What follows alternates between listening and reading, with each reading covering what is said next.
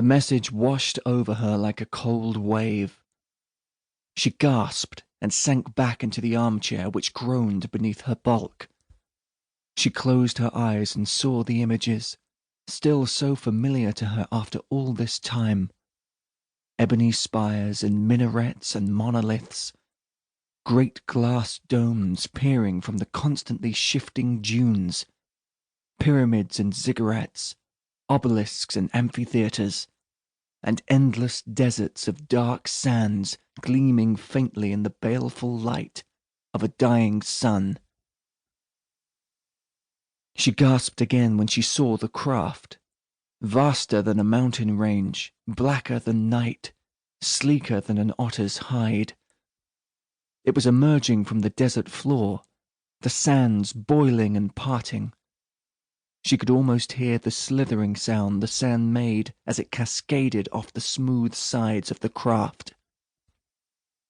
Her jaw set into a determined line, and she opened her eyes. At last, they were coming. It was time for her to send a message of her own. The armchair creaked and complained, then sighed as she pulled herself upright.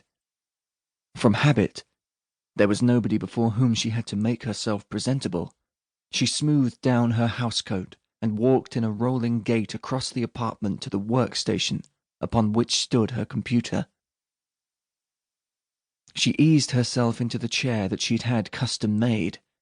It supported her weight without so much as a creak. The workstation stood before a picture window that looked out over Central Park.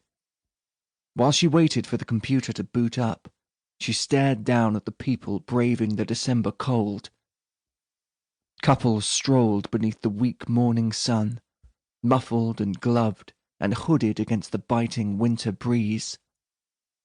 Long-coated businessmen strode purposefully, clutching briefcases or portfolios, intent on reaching the cozy sanctuaries of their plush offices on Fifth or Madison.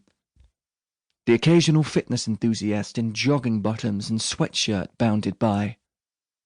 A chattering kindergarten class snaked along the paths, the children in woolly hats and gloves, the cold failing to douse their excitement at the field trip. She watched this snapshot of humanity, and for a moment, only a moment, felt a pang of sorrow. Her broad brow wrinkled into a frown, and she shook her head to clear it. This was no time for regrets.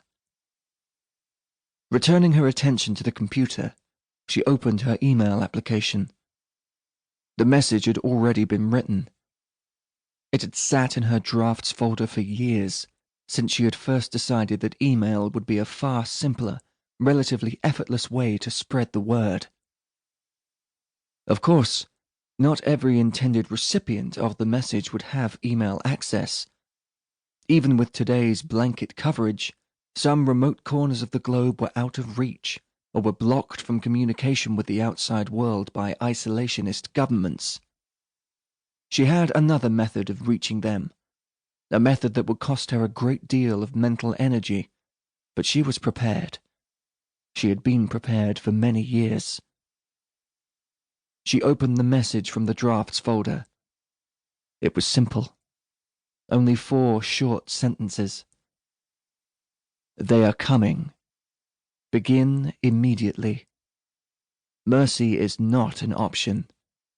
Acknowledge.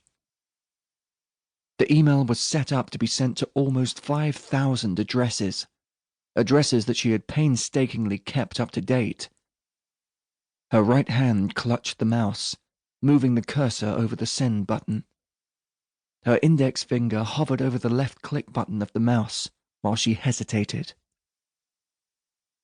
She allowed herself one more glance out of the window, at the people moving through the park, and was powerless to prevent a profound look of sadness from moving across her face like a dark shadow. Again she shook herself, and her features hardened. Looking back at the computer screen, she pressed the send button. Mankind's fate was thus sealed by the click of a mouse.